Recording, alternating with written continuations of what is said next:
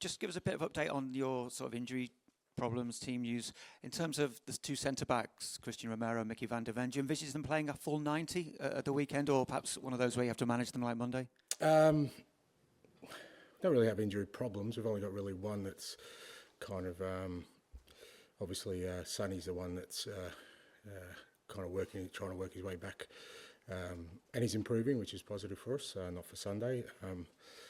But apart from obviously the longer term ones, everyone else from the last game is backed up really well. So the rest of the squad's fit and available. And in terms of team selection, we'll see over another sort of 48 hours to decide which way we go. So Sonny not available for Sunday, but do you envisage him being right for Thursday? Oh, we'll see. Like I said, he's improving. It was first time he's kind of got out in the grass today, and he said he felt it's definitely better than what it was. So it's kind of a day-by-day proposition. Obviously, you want to give a professional and competitive performance against Liverpool, but is really the essential priority just getting through unscathed and looking at Thursday? No, I think you want to do more than that. You want to go there and compete against obviously a very good side and compete well. And it's not about just getting through unscathed. You want to get through, having played well against a top team. And I think, irrespective of sort of what's on the horizon, that's still of sort of primary importance to us. Hi, Ange. Good afternoon. First of all, can I hear a reaction? Yesterday we heard that Jamie Vardy announced that he'll be leaving Leicester City at the end of the season. What a story, from non-league to a Premier League legend. What's your reaction about this? Also, the way he inspired so many people with his background. Yeah, great story. And I haven't seen sort of the story around it, but I assume he still wants to play because I think he still can play. But yeah, look, incredible story, and there's always the ones that always stand out are the ones that are unique, and he's certainly got a unique journey that it's inspiring for everyone. There'd be, when you see where he started and reaching the pinnacle of the game, including winning a championship, incredible, great servant. Not too many who end up doing it at the majority at the one club, which is also testament to him. And great career, and his longevity shows that he obviously knew what was important for him to always be in the best condition, and made sure he always looked after himself. There's a lot of lessons there for many aspiring young footballers, and he's a great example of the different paths that people can take to get to the top. It's not always elite academies and big contracts when you're young. It's about working your way through, and he certainly did that, and he's earned everything he's got. If you look at Spurs this season, in Europe, you're only 3 games away from potentially winning a trophy. On the other hand, in the league position is obviously below where you were hoping for and everyone else were hoping for. How do you try to balance it emotionally from your perspective, from the fans' expectations, the players as well? I think, you just got to try and deal with what's before you. And as you said, we're well aware that our league form and league position is nowhere near good enough. But we also know that there's an unbelievable opportunity on the horizon. And, I think irrespective of, this club's had many seasons, and a lot of clubs have many seasons where they've done outstandingly well in the league, but don't have the opportunity we have right now of being in a Final Four in a major European competition. So, that's, I think that's where the focus is, and that's where the focus should be, irrespective, especially for a club that, hasn't had a lot of success recently. Like I said, we've got a wonderful opportunity. The players have, and the club has, and collectively, if we, we give ourselves every opportunity to progress to a final, then I think, hopefully the momentum we gain from that will give us a chance to do something special. Jurgen Klopp, Jurgen obviously left a very strong and positive foundation at Liverpool when he left. But did you ever think that Arne Slot, first season in English football, first season at Liverpool, will lead Liverpool to where they are, 1 point, and they will win the Premier League?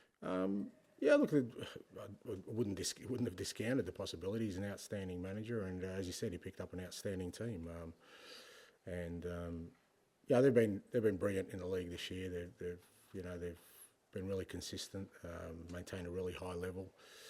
They've had their best players playing all the time and playing at a really high level. that's a credit to Arnie and his coaching group and to the players themselves, because they've been close in the last few years, and the fact that they're on the cusp of potentially winning another title, I think, is a credit to everyone involved. Hi there, Ange. Just want to ask about Sonny. Has it just been rest he's needed, or treatment, or a bit of both? Yeah, a bit of both. It's just, like I said, it's obviously a foot ailment, which because it's weight bearing, you just need to give him some rest, give him some time off it, and get some treatment. But the main is just, I think, just to get him off his feet for a week and allow it to settle so that he can start this process of getting back. Christian Romero did an interview where he spoke about his future and maybe what might happen in the future. I just wondered what you made of that and how important it is that Spurs keep a player like him. Yeah, I mean, I haven't read the report too closely, but I mean, it's like me, mate. If you get asked a question, you've got to answer it, and I'm sure there's a lot of, if you ask me a lot of questions about my future, you'd probably get some great headlines out of that as well. But it doesn't change. What's important right now is not Christian Romero's future or anyone else's future, is that we've got an unbelievable opportunity to do something special at this football club. And for me and everyone involved internally, that's all we're concentrating on. Let's just let's put our heads down and make sure that, because I think for our supporters, that is what's the most important thing to them right now. Right now, all they care about is that, we're in the last four of a European competition. We've got an opportunity to do something special, and that's where our focus is. One of the players, obviously, you'll be looking to, Pedro Porro, has just played this incredible amount of minutes this season. I don't want to jinx him, on touch wood, but I don't think he's had an injury even this season. What does he do differently, and just how's he managed to kind of keep himself up? Yeah, he's a pro. He looks after himself. He does everything right on and off the field, but he's also, he's got the kind of body that's resilient to the amount of intensity and game time he's had, and it's a credit to him. And it's not just that he's played; he's kept a really good level all year, and he's been a mainstay for us in a defence where I'd hate to think how many sort of defensive partners he's played with. I mean, 4 goalkeepers and probably upwards of 10 different defenders that he's played alongside, and he's kind of been the constant. So he's been brilliant for us. From the moment I arrived, he's got a great personality. He's got great enthusiasm, passion for the game, and I think that's why he gets the most out of himself all the time. Hi, Ange. Richarlison scored 4 times in the league this season, even though he's not played that many times. What impact could he have made if he'd been available every week? Yeah, I mean, that's not sure, but not just this year. I think if you look at his record last year when he was playing, he was pretty consistent. But with Richie, it hasn't been. We haven't been able to keep him fit and out there long enough. But good thing is he's in a really good place physically now, and certainly, like I said, with the opportunity we have before us, he becomes a real important player for us. What does Richie offer that's slightly different to Dom? Just a different type of player. I mean, Richie's a real kind of sort of 18-yard box kind of striker, where he really is makes an impact when the ball arrives in the box. Whether that's in the air or on the ground, he's a real impact player. He tends to play around those areas, and whereas Dom will work in other areas. But ultimately, I think they're both strikers that fit into sort of how we want to play. Like I said, just with Richie, we just haven't had him available enough. Hi, Ange.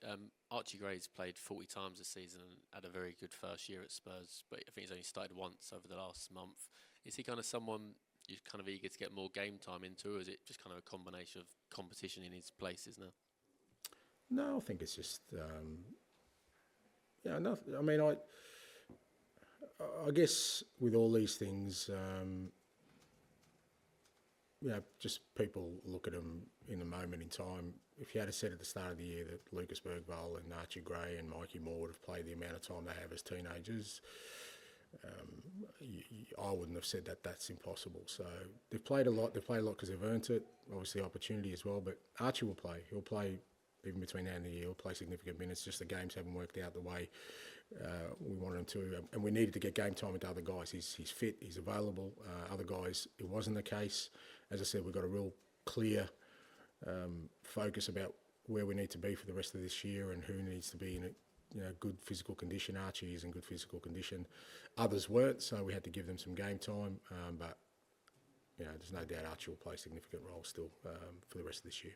And in terms of Liverpool games this season, played them 3 times. How do you kind of reflect on those games? Because it feels like in a way they've kind of summed up the season, a brilliant win in there, but 2 heavy defeats either side, and you had injuries for all 3 games as well. Yeah, and they've been very settled. So I mean, that's, like I said, that's a story of our season, and